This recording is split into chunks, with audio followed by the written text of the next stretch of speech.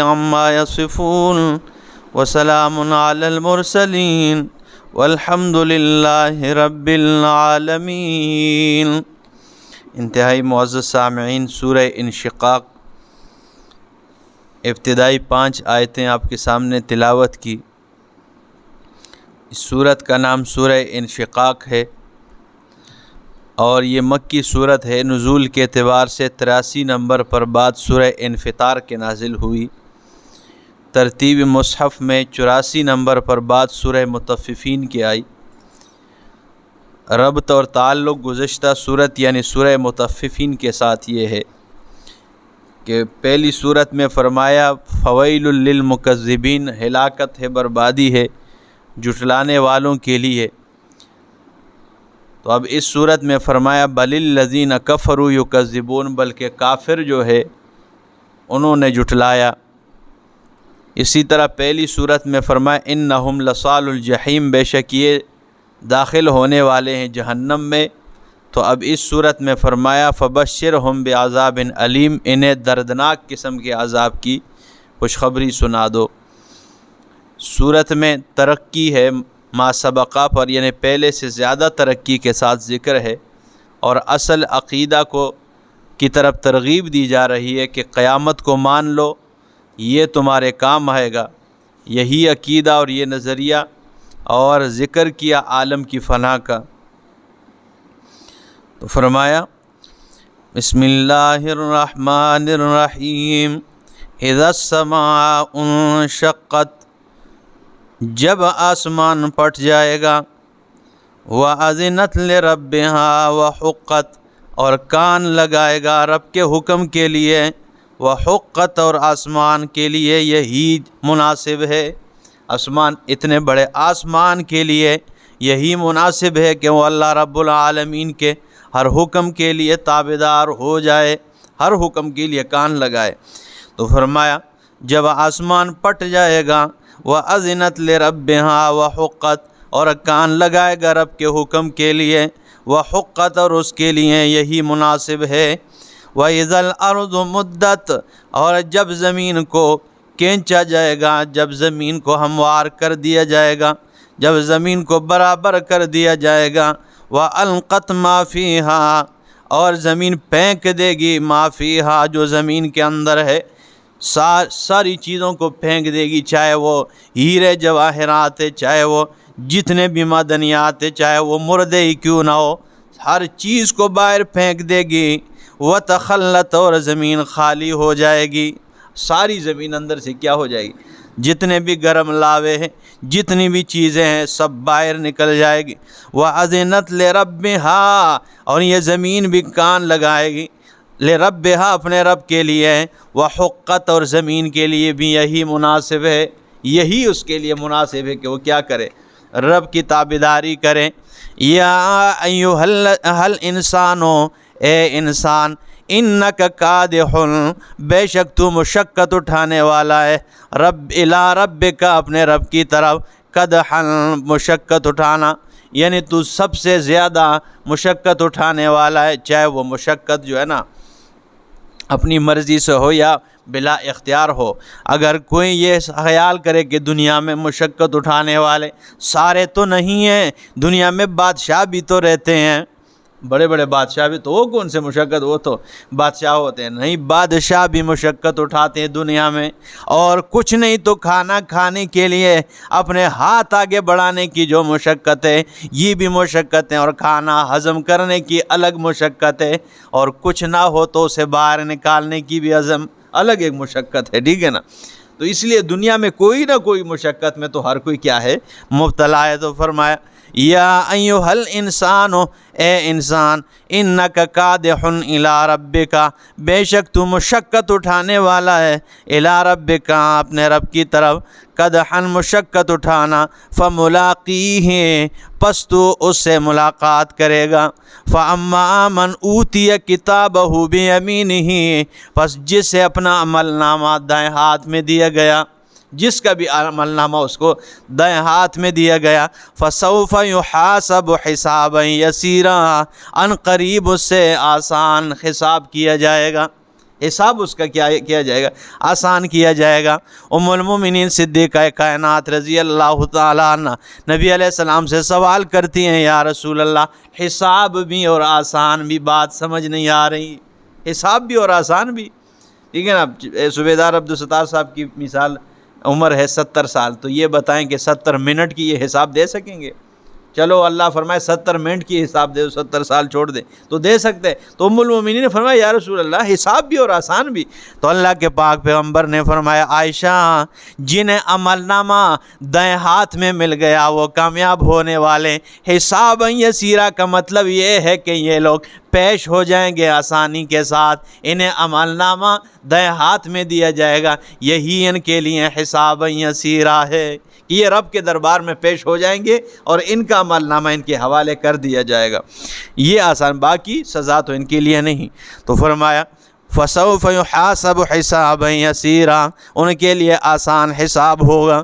وَيَنْقَلِبُ إِلَىٰ أَهْلِهِ مَسْرُورًا، اور یہ لوٹے گئے ہیں إِلَىٰ أَهْلِهِ مَسْرُورًا، اپنے علاقے اپنے گھر والوں کی طرف مسرورا، خوشی کے ساتھ۔ اپنے عمل نامے جیسا کوئی بچہ کامیاب ہو جائے اور اپنے فرسٹ پوزیشن کی وہ رزلٹ کو سامنے لے کے آتا ہے اور خوشی کے ساتھ گھر لوٹ کے آتا ہے۔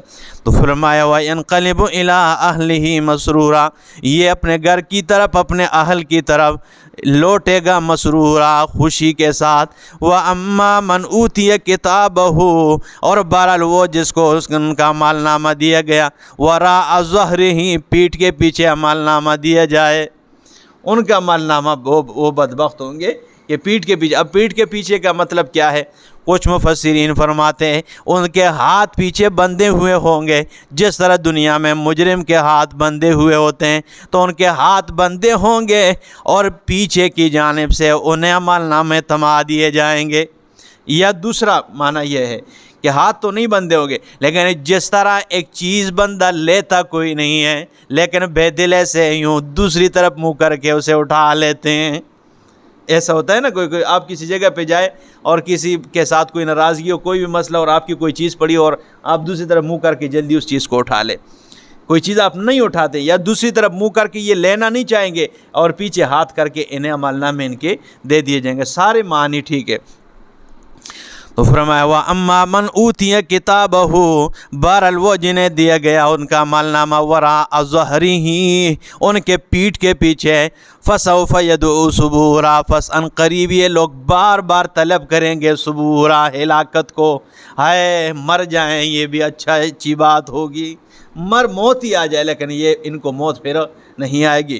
تو فرمایا فَسَوْفَ يَدْعُو ثُبُورًا، یہ بار بار چاہیں گے کہ کیا آ جائے، ہلاکت آ جائے۔ فَسَوْفَ يَدْعُو ثُبُورًا وَيَصْلَىٰ سَعِيرًا، اور یہ داخل کیے جائیں گے سعیرا، بھڑکتی ہوئی آگ میں، یہ جہنم میں داخل کر دیے جائیں گے۔ إِنَّهُ كَانَ فِي أَهْلِهِ مَسْرُورًا، اس لیے کہ یہ اپنے گھر میں بڑی خوشی کے ساتھ رہنے والا تھا، یہ بڑا خوش و فخر کے ساتھ رہ رہا ہے۔ إِنَّهُ ظَنَّ أَن لَّن يَحُورَ، بے شک اس نے گمان کیا، أَن لَّن يَحُورَ، کہ رب کی طرف واپسی کوئی نہیں ہے، اس نے یہ گمان کیا تھا کہ کوئی رب کے دربار میں واپسی کوئی نہیں ہے۔ بلا، کیوں نہیں، اس بات میں شک نہیں ہے، ان ربہ کان بہ بصیرا، کہ بے شک اس کا رب جو ہے کان بہ بصیرا ہے اسے دیکھنے والا۔ فلا اقسم بالشفق، پس میں قسم کھاتا ہوں بالشفق، اس سرخی کے، یعنی جو سورج غروب ہونے کے بعد آسمان میں سرخی ہوتی ہے جو شام تک چلی رہتی ہے، تو فرمایا میں قسم کھاتا ہوں اس سرخی کے جو شام کے وقت ہوتی ہیں، واللیل، اور رات کی، وما وسق، اور میں قسم کھاتا ہوں جو رات جمع کرتی ہے، رات لوگوں کو جمع کر دیتی ہے، لوگ دولتالہ بازار میں، کوئی گجر خان میں، کوئی پنڈی، کوئی کدھر ہوتے ہیں، اور رات لوگوں کو سب کو کیا کر دیتی ہے، جمع کر کے سکون دے دیتی۔ تو فرمایا واللیل، قسم رات کی، وما وسق، اور اس کی جو رات جمع کرتی ہے، والقمر، اور قسم ہے چاند کی، اذا اتسق، جب وہ چاند جو پورا ہو جائے، جب مکمل ہو جائے چاند، ٹھیک ہے نا، پہلے پتلی سی ٹکی ہوتی ہے، ٹھیک ہے نا، باریک سے ٹوکے، ٹھیک ہے نا، ایسے، اور اس کے بعد وہ بڑھتے بڑھتے بڑھتے پھر لیلۃ البدر بن جاتے، پورا مکمل۔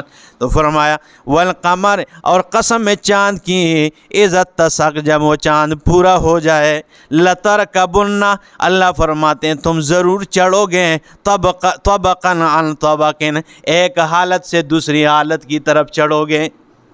یہ کیا سمجھانے کی کوشش کی جا رہی ہے، ٹھیک ہے نا، میں آپ کو سمجھاتا ہوں۔ اللہ فرماتے ہیں میں قسم کھاتا ہوں، کس کی؟ یعنی اس سرخی کی جو شام کے وقت ہوتی ہے آسمان کے کناروں میں، واللیل وما وسق، اور رات کی، اور جو رات جمع کرتی ہے، اور چاند کی جب وہ پورا ہو جائے۔ کیا کس بات کے لیے قسم اٹھائی جا رہی ہے؟ کہ تم چڑھو گے ایک حالت سے دوسری حالت کی طرف۔ مطلب یہ ہے کہ یہ حالتیں جس طرح بدلتی ہے، دن ہوتا ہے، رات کے اندھیرا چھا جاتا ہے، ٹھیک ہے نا، اب رات چلی گئی ہے اور دن کا اجالا آ گیا ہے، اور یہ چاند جو پتلی ہوتی ہے بڑھتے بڑھتے پورے مکمل ہو جاتی ہے، اور اسی طرح لوگ دن کو چلتے ہیں، رات کو سکون میں ہو جاتے ہیں۔